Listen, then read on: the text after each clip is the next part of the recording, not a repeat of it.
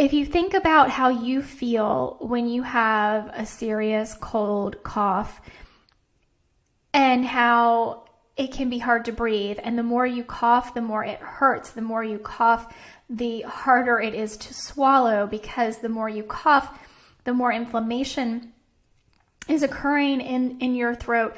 And when you think about bending over, how horrible, first of all, the sensations that you're getting when you try to bend over, and then the pain that rushes to you. So when you think about how you feel when you are this sick, then you can then take that and impose that on your dog, because that's how they're feeling, right? Their body structure is the same.